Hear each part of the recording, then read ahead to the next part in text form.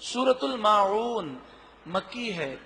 معون کے معنی عام برتنے کی معمولی چیزیں، جیسے نمک، پانی، ماچس، آگ، کسی کا کوئی گلاس، قلم، پین، اس طرح کی چیزیں الماعون کہلاتی ہیں۔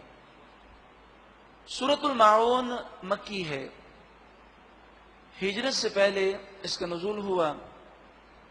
اس میں 7 آیتیں ہیں۔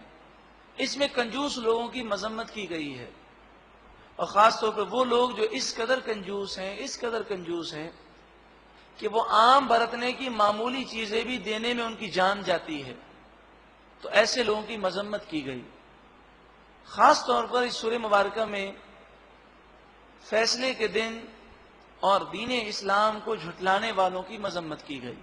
بسم اللہ الرحمن الرحیم، اللہ کے نام سے شروع جو بہت زیادہ مہربان نہایت رحم کرنے والا۔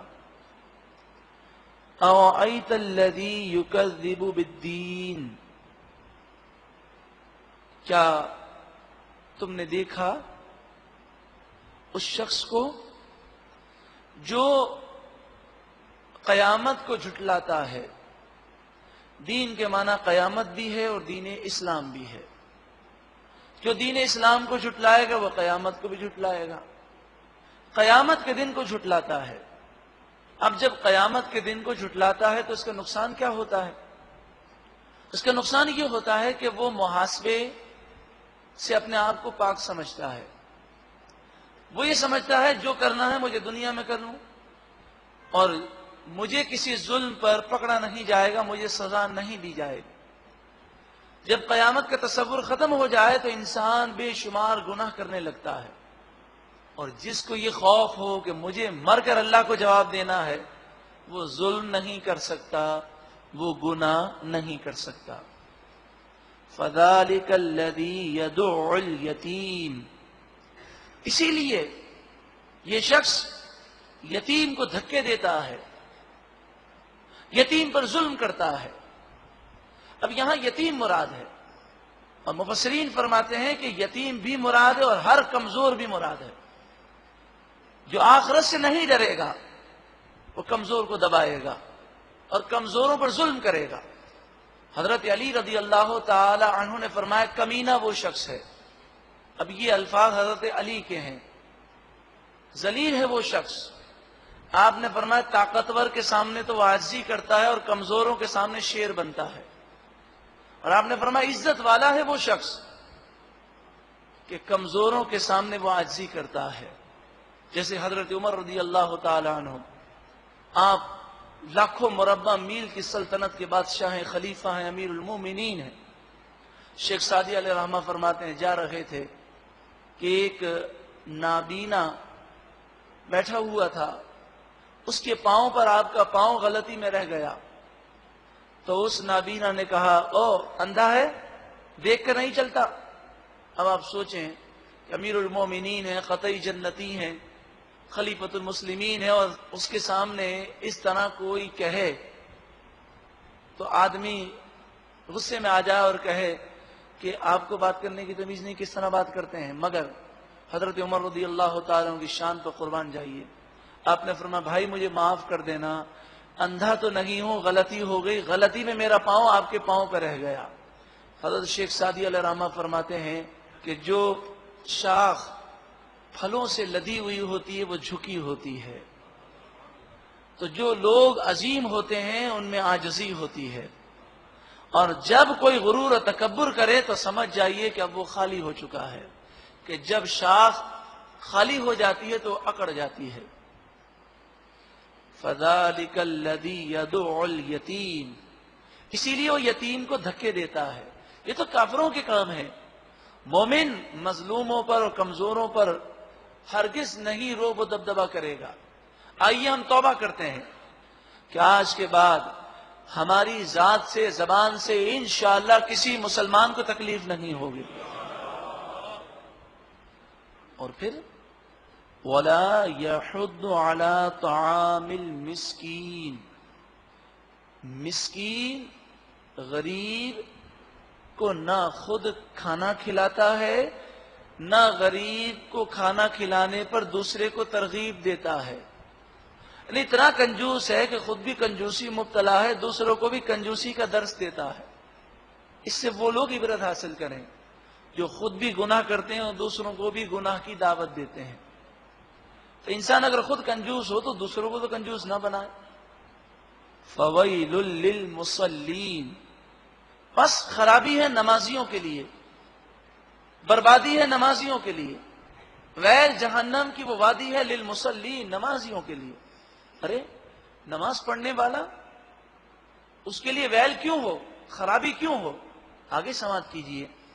الذین هم عن صلاتهم ساہون, یہ وہ نمازی ہیں جو اپنی نمازوں سے غافل ہیں. کبھی نماز پڑھتے ہیں کبھی نماز نہیں پڑھتے. نماز پڑھتے ہیں تو غفلت سے پڑھتے ہیں, نماز صحیح اور درست ادا نہیں کرتے. ان کے لیے خرابی ہے, بربادی ہے, جہنم کی وادی ویل ہے جس کی سختی سے وہ جہنم پناہ مانگتی ہے.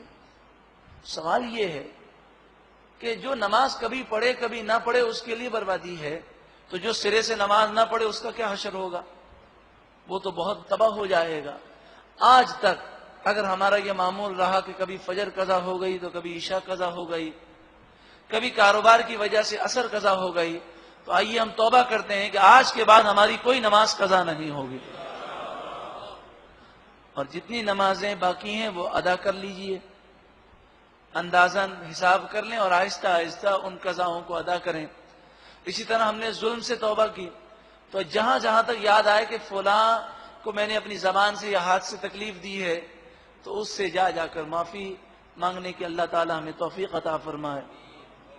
الذین هم یراؤون, یہ وہ لوگ ہیں جو دکھلاوا کرتے ہیں, ریاکاری کرتے ہیں. ریاکار انتہائی نادان ہے کہ وہ لوگوں کو دکھاتا ہے جو صلہ نہیں دیتے, یہاں تک کہ اگر لوگوں کو پتہ چل جائے کہ یہ ہمیں دکھانے کے لیے کام کر رہا ہے تو لوگ بھی اس پر تھوک دیں. کتنے افسوس کی بات ہے کہ لوگوں کو پتہ چل جائے کہ یہ ہمیں دکھانے کے لیے کام کر رہا ہے تو لوگ اس سے نفرت کریں, اور اگر رب کو دکھانے کے لیے کام کرے تو اس کا مقام و مرتبہ اس قدر بلند ہو جائے, فرمائے فرشتوں, عام فرشتوں سے بھی اعلیٰ اس کا درجہ ہو جاتا ہے. تو بندہ رب ہی کو دکھائے جو دنیا میں بھی نعمتیں دے گا, آخرت میں بھی نعمتیں دے گا. سب کو روزی دینے والا وہی ہے, تمام چیزوں پر قادر وہی ہے, تو اسی کو دکھانے کے لیے بندہ کام کرے. آج تک اگر حج, عمرہ, قربانی یا کوئی بھی عمل ہم نے کیا اور دل میں خیال آیا کہ لوگ میری واہ واہ کریں, لوگ میری تعریف کریں, تو آئیے ہم سب توبہ کرتے ہیں, مالک و مولا تو ہمیں اخلاص عطا فرما.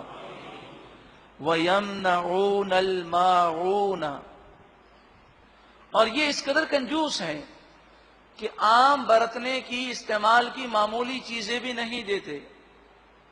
یعنی پانی کوئی مانگے 2 گھونٹ تو وہ دینے کو تیار نہیں, ماچس کی 1 تیلی دینے کو تیار نہیں, 1 نمک کی چٹکی دینے کو تیار نہیں, یہ اپنا قلم دینے کو تیار نہیں. یہاں تک کہ ایسے لوگ بھی اس معاشرے میں ہیں کہ اگر 5 روپے کا قلم کسی کو دیتے ہیں تو اس کا ڈھکنا اپنے پاس رکھتے ہیں, چلیں کوئی حرج نہیں, لیکن پھر بھی اگر غلطی میں وہ جیب میں قلم رکھ کر چلا جائے, ہمیشہ کے لیے یاد رکھ لیتے ہیں اس آدمی کو آئندہ کبھی پین اور قلم نہیں دینا, یہ تو بھول کے چلا جاتا ہے. ارے 5 روپے کا قلم وہ لے گیا تو کون سے ہمارے بینک بیلنس میں کروڑ روپے نکل گئے. اتنی کنجوسی کیوں ہے؟ اتنا ہم دنیا کی محبت میں گرفتار کیوں ہیں؟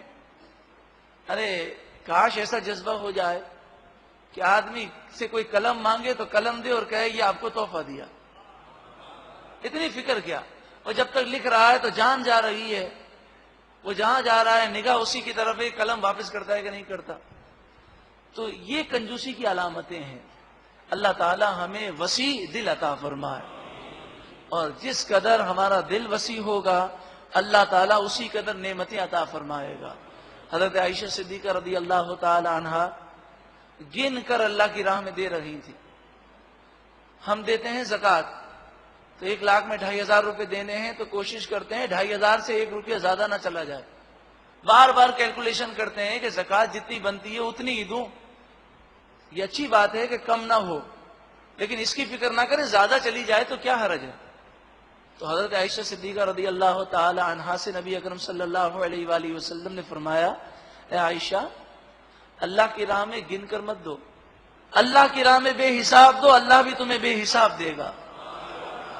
وَيَمْنَعُونَ الْمَاعُونَ، وہ عام معمولی استعمال کی چیزیں بھی نہیں دیتے. اللہ تعالی ہمیں ان تمام برائیوں سے محفوظ فرمائے.